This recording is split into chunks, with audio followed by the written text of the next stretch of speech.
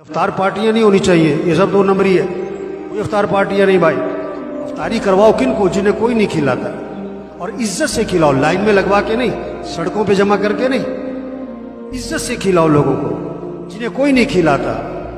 جن کے گھر میں کھانے کو نہیں ہے، عزت سے گھروں میں راشن پہنچاؤ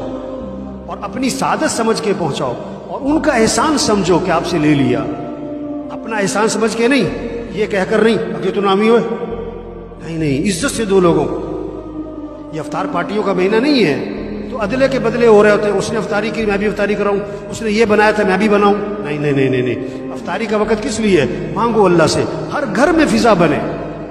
مستورات کو سمجھاؤ کہ بھی افطاری جو ہے نا عصر سے پہلے کر لو جو کرنا ہے، عصر کے بعد قرآن پڑھو، ذکر کرو، افطاری سے 15-20 منٹ پہلے سب دسترخوان بیٹھ کے دعا مانگو، اللہ سے مانگو، اللہ خوش ہوتے ہیں۔ عرش اٹھانے والے فرشتوں سے اللہ فرماتے ہیں جب